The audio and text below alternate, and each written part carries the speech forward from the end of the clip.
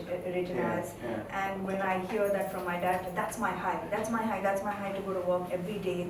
That I surprise even my director. Like I'm kind of greedy and selfish like that. I need to be like, I need to hear that. If I don't hear that, I'm like, oh, I give up. I want to give up. I want to change profession. Drama. So much drama happens if I don't get that every day. That's like my high. Like when the director nailed it. It's like yes. Yes. Today was my day. Today was my day. Nice.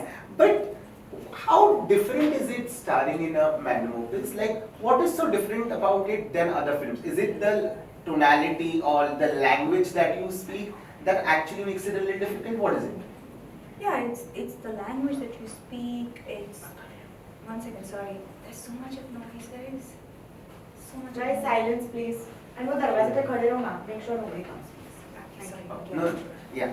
So, what is it about starring in a magnum opus that makes it so different? Is it the language, or is it the way it's your body language? What is it? I think that I have been over the last few years at least. I've been playing these really real, gritty characters. And a lot of action happening. Yeah, that too. So this was so far from something that I have ever played. So initially I was very reluctant. When I was offered the role, I was like, no, cannot do. I don't look like Shakuntala. I don't know how to do the grace and the poise and the.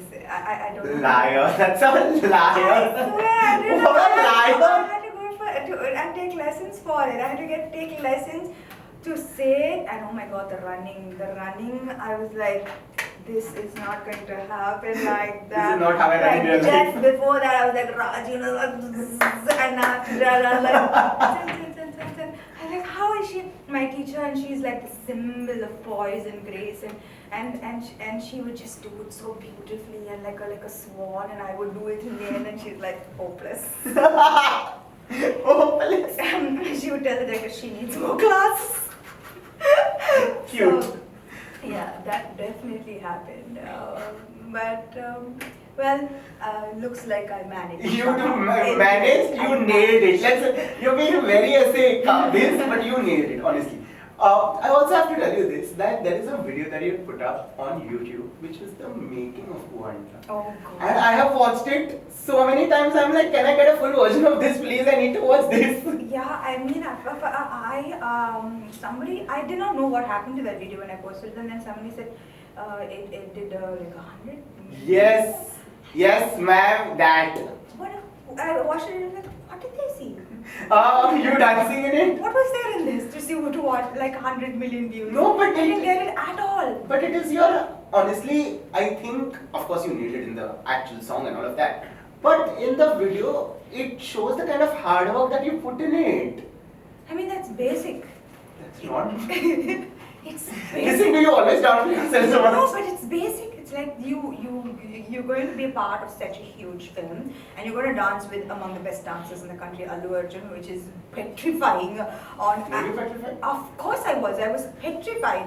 Like you don't just when Allu Arjun is on screen in a song, I don't remember anything else in the song.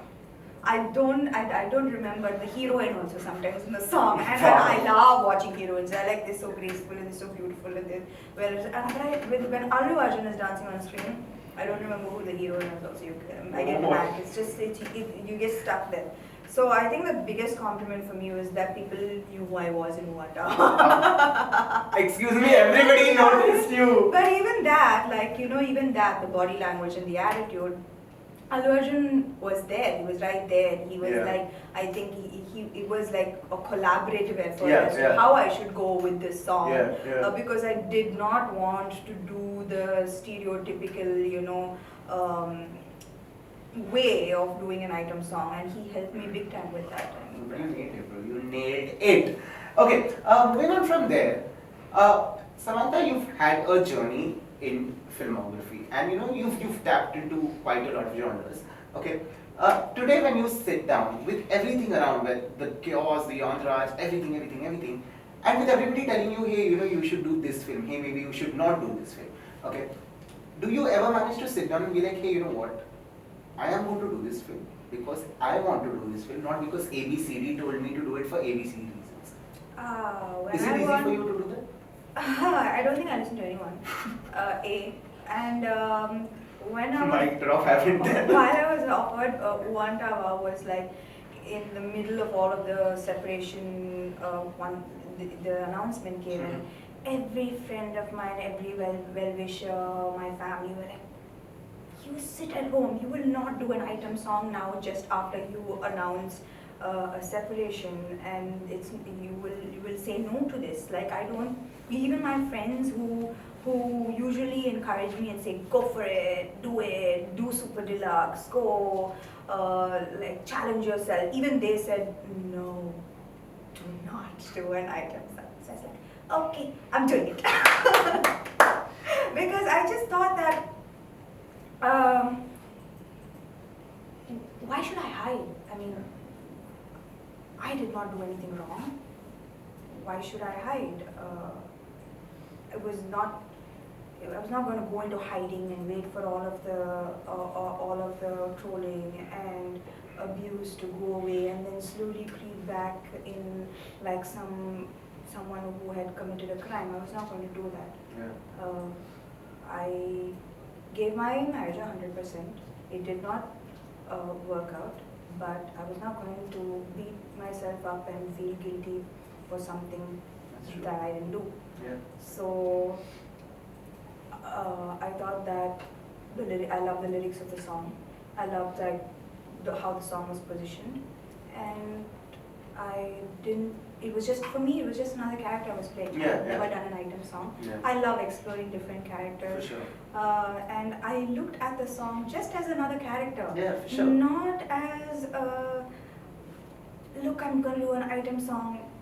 That's not how I function. I Yeah, only yeah. function as this is new, let's try it. This is new, let's try it. Makes sense. And I just came from that space. Yeah. I didn't come from a space of Anything else, Yeah, basically. yeah. Which makes sense. No, but I have to say this for the camera that every time, I think you've been one of those actors who's been so honest to and loyal to her audience that whether it's your professional life or your personal life, you've been up close and personal about it, and you've put it out there that hey, this is what it is, this is what it is. Okay. Even last year you put out a post about you suffering from AID, and I'm sure you were flooded with messages, and I read all of them, and more power to you to do that, because very rarely does somebody in the industry that we belong to showcase their fragile side. And what are your thoughts about that? That of course you're an artist, you're an actor, and all of that, but you're also human, and humans are allowed to feel fragile. What are your thoughts about it? I think that perfection is a scary disease. Yeah. And very often people, especially in my industry, sell the idea of perfection, which is very, very scary to normal people. I think that it's important to also share failures and trauma and weakness, because if that could help someone who needs it and who's suffering and who looks up to you, then it's worth it. Even if it helps one person, it's worth it. That's true. And I have always chosen to keep my life absolutely transparent. Yeah. It's not something new, and it also wasn't able to go to work, and I thought it was time. It was time to tell everybody what was happening with me, and that it's been a rough journey, and I'm taking it one day at a time. But more power to you for that, genuinely. And I mean it. Thank you. Liking the conversation, you've become Raj and DK's muse now. No? So, matlab, you'll do Family Man, now you'll do this Citadel, and I'm like, the amount of action that you're doing, I'm like, she nailed it in Family Man, and now with Citadel, you've gone a notch up. Yeah, apparently that's what they're saying. Like, now Are you doing the stunts again yourself? Absolutely. No, it's Raj and DK. What are you saying? You've got the eye for it now, I think. The first time you tried it, you loved it. Now you're like, I'm going to do it every time.